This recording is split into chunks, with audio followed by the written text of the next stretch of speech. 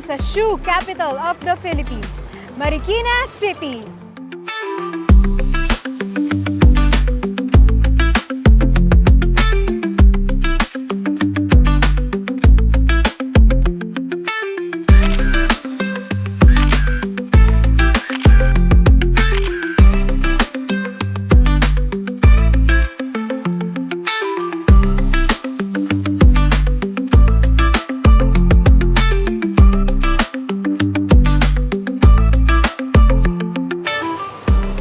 Maraming pinanggalingan ang salitang Marikina. Merong iba nagsasabi, galing ito sa pangalan ng isang Jesuit priest na nag-evangelize sa kanila noon. Meron namang iba nagsasabi, galing ito sa salitang marikit na po, para ito sa isang ongoing construction ng simbahan noon.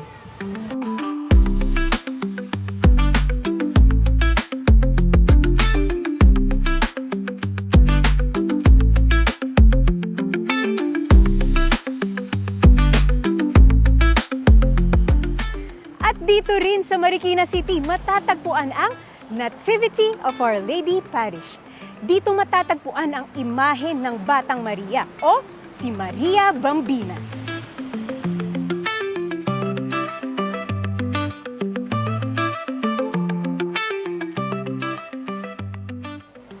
Kaya samahan ninyo ako sa isa na namang lakbay simbahan dito sa Lakbites!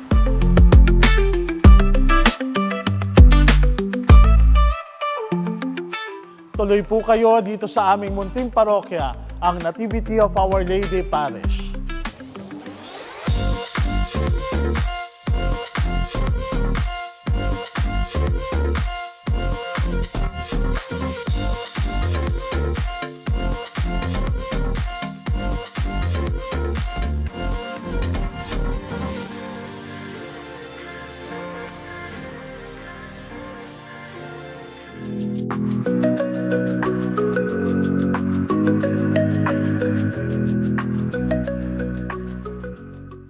Ang Maria Bambina, ito ay marurut natin yung naging debosyon nito doon sa Milan, sa pangangalaga ng mga madre doon sa Italy.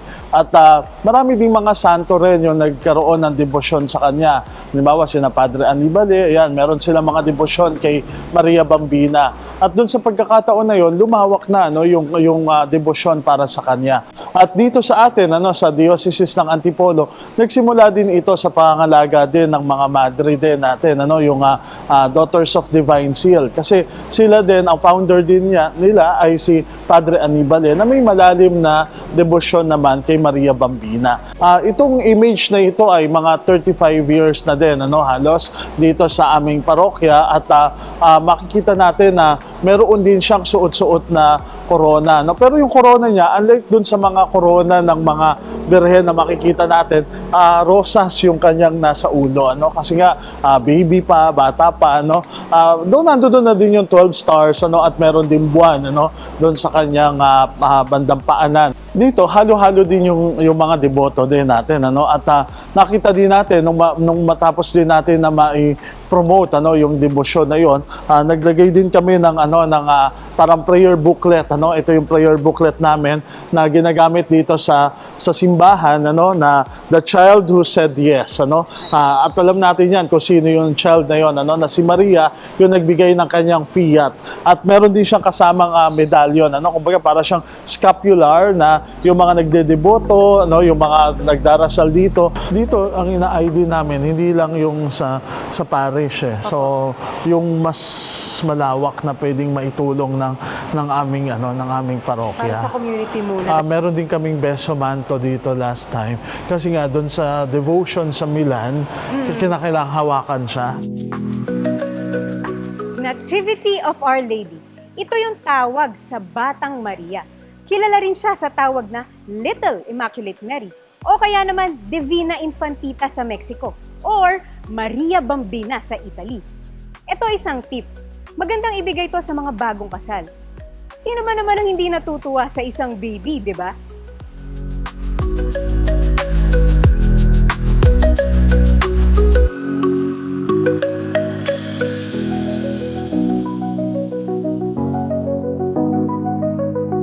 ang parokya namin, nag-start to doon sa una, itong lugar na to ay dahil malapit kami sa Ateneo, no? So, lugar ito ng mga Jesuita na pari. Ito yung kanilang mission area, no? Simula doon sa bandang dulo, sa may bandang Ateneo, sa likuran, hanggang dito sa lugar na to, maraming mga Jesuitang pari ang nangangalaga dito. Hanggang dumating yung panahon, almost 33 years ago, nang i-turn over nila ito sa mga diocesan priests.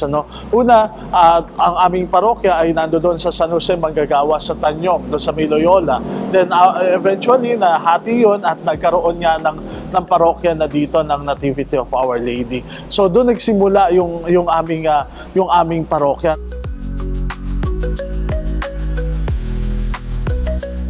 Nabigyan kami ng pagkakataon para koronahan din siya, episcopally crown, itong aming image ng Maria Bambina. At dumating ang aming mahal na obispo dito para at least bigyan ng parangal din ang Maria Bambina. At i-acknowledge din niya yung pagsisimula din ng iba't ibang mga debosyon at misyon na dapat gampanan din namin dito sa aming parokya.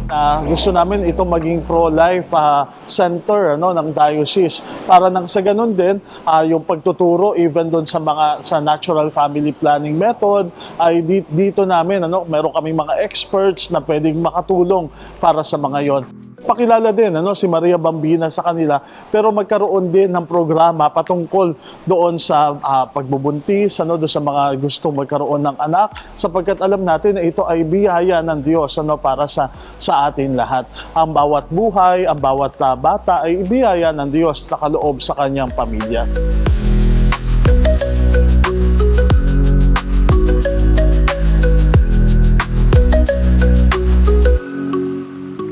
Bukod sa pagninilay ng banal na Santo Rosario, meron ding panalangin para sa Batang Maria. Ito ang 5 Joys of the Infant Mary. Dito naman sa Nativity of Our Lady Parish, aktibo ang mga gawaing pang-ebanghelisasyon upang ipadama ang tuwa na nakaugat sa malalim na relasyon sa Diyos.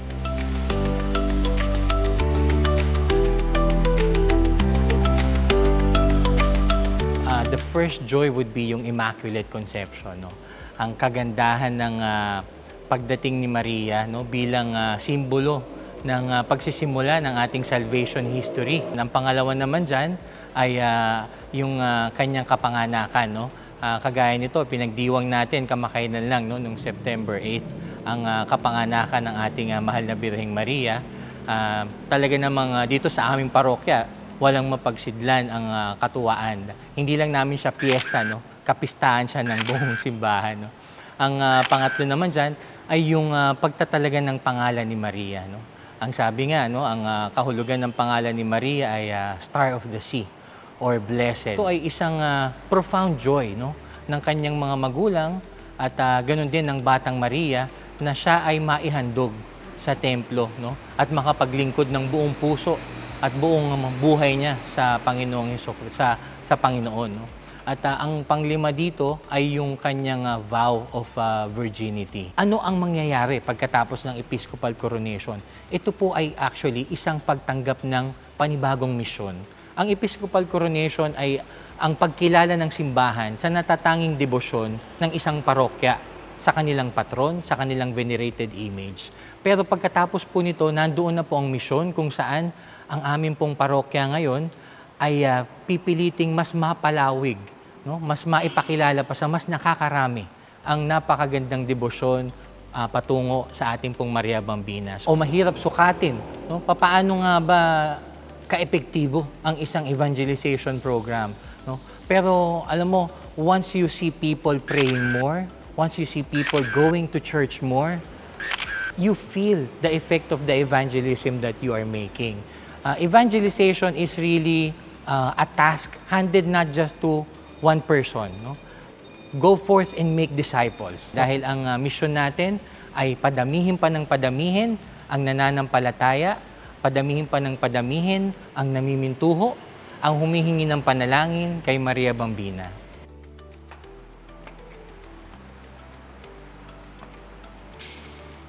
Isa sa mga unang milagro ni Maria Bambina ay ang paggaling ni Sister Josephine Winovich sa kanyang paralysis sa kamay at paa. Si si Sister Josephine ay isang madre ng Sisters of Charity. Gayon din naman, dito sa Nativity of Our Lady Parish, ipinapakita ang kanilang malasakit sa mga nangangailangan. Kami ay may clinic po sa parokya sa isang buwan po, 3 times a week. Depende po sa schedule ng doktor po namin. So, every time po na may clinic po kami, may mga pasyente po kami. So, ang mga pasyente po namin, magsisimba muna po sila. After po, pupunta sa clinic namin. Kasi ang clinic usually will start at 9 o'clock in the morning, will end at 12 noon. So, it comes naman po sa mga calamities po. Ang ginagawa po namin, pag may nagbibigay po sa amin ng mga goods para sa calamities po, usually po ang recipient namin ay mga tricycle driver, tapos mga tri-bike driver. So, and from then on po, nalalaman na nila kung ano ang parokya namin, tsaka sino po ang patron saint namin, which is si Maria Bambina po. So, sa ibang po naman naming social action, meron po kami mga health alert. Pupunta sila to avail po sa health alert kasi po may discount po yung mga laboratories. So, sila naman po, nagsimba ng maaga pa kasi they will start at 6 o'clock po yung laboratories. So, alam na po nila na ang tulong po namin ay hindi lang po tulong namin na para physical at sa tulong po namin is about spiritual. Encourage din po na magsimba muna bago magpa-laboratories. Kasi I've been in the parish siguro matagal na rin po, siguro mga more than 30 years na rin po. So nakikita ko po yung mga tao na nagsasabi na maraming salamat, andyan kayo during nakailangan namin kayo. Hindi lang po sa physical, pati po sa spiritual needs nila. Kasi siyempre po, marami namang tao kailangan na, minsan, iba may mga pera naman, hindi naman nila kailangan yung mga gift giving namin minsan, pero kailangan nila yung may mapagsabihan sila, may pagkwentuhan sila, may maitatanong sila, mga ganun po. Kasi po, habang siguro buhay kami ng mga naglilingkod. Kasi hindi naman po yung masasabi mo na 3 years, 2 years. Hindi po. Hindi naman kasi po yung ang faith po at saka pag-relationship mo po sa Panginoon at saka kay Mama Mary. Forever po yun habang buhay ka.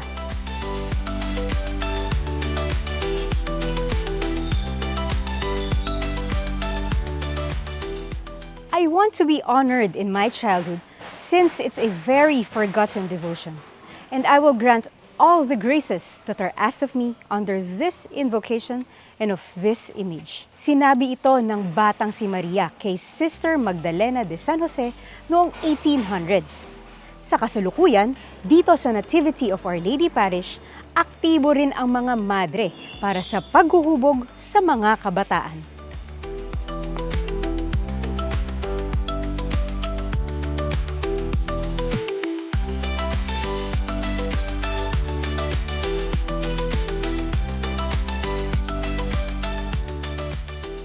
We are the Daughters of Divine Seal, founded by Saint Hannibal Mary de Francia on the year 1887.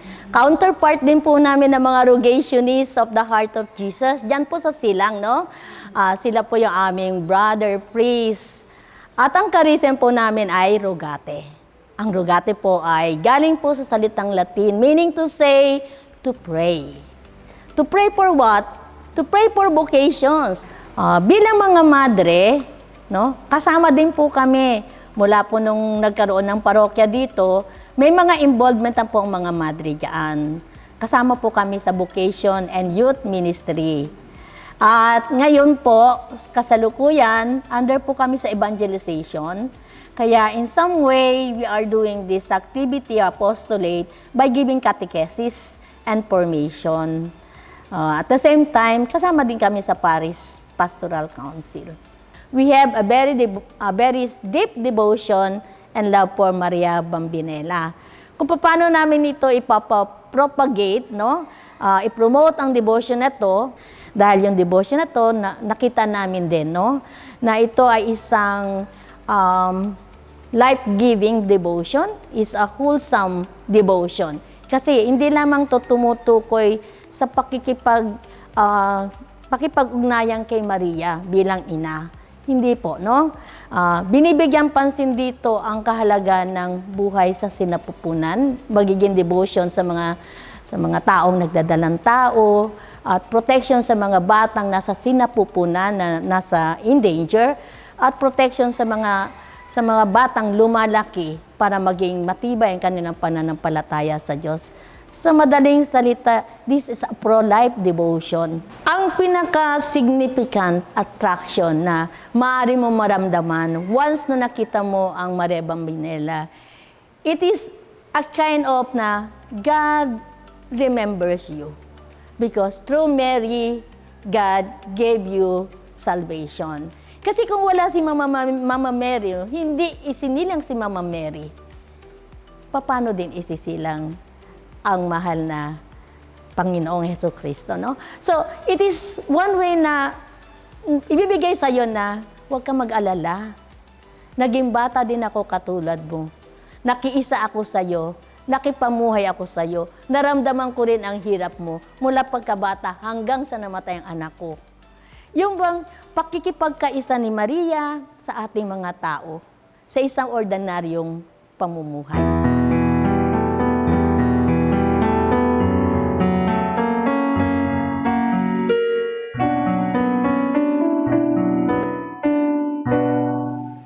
Maria Bambina. Nagsimula ang debosyon kay Maria Bambina noong 1840s sa Mexico. At noong September 9, 1909, binigay ni St. Pope Pius X ang plenary indulgence para sa mga chapels ng Sisters of Charity.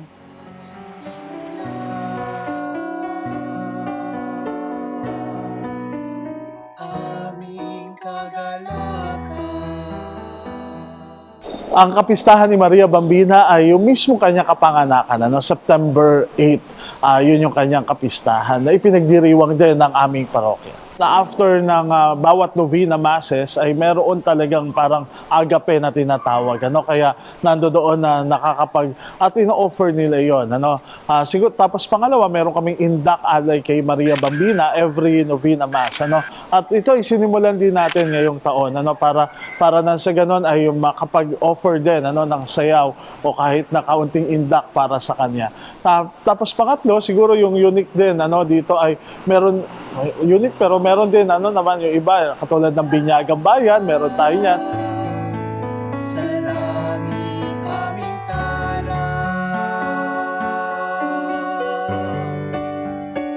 Bahagi ng ating pananampalataya ay ang ating debosyon sa ating mahal na inang si Maria. Naririto tayo ngayon sa kanyang parokya, ang parokya ng Maria Bambina. Kaya nga sa ngalan ng mga paring aking kasama sa paglilingkuran dito sa parokyang ito, kami po ay nag-aanyaya sa bawat isa sa inyo. Halina, bumisita dito sa aming munting parokya, dito sa parokya ni Maria Bambina, ang Nativity of Our Lady Parish, dito sa Industrial Valley, dito po sa lungsod ng Marikina. Maraming salamat po. kaming sa dusa, salay sa Purity and innocence, mga katangian ng isang sanggol na taglay rin ni Maria Bambina. Ang katangi-tangi sa kanya ay mula pa sa kanyang pagsilang ay destined na siya maging God-bearer. Lumapit tayo sa kanya upang ihatid niya tayo patungo sa Diyos. Viva Maria Bambina! Pinagpala sa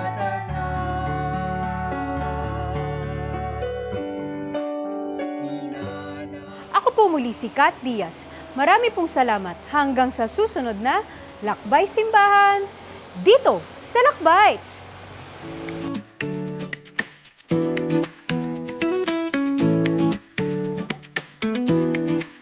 Tara, let's maglakbay. Sumama ka. Ganda ng tanawin, mabibighani ka. Kwentong lumipas, kaya man ang tunay. Halika't kasing simbahan nating mahal. Let's go! Discover the beauty and see its history. The richness of what it has to offer is yet to be seen. So let's go and discover. Nakakabighani, nakakamangha, ganda ng ating simbahang Katoliko.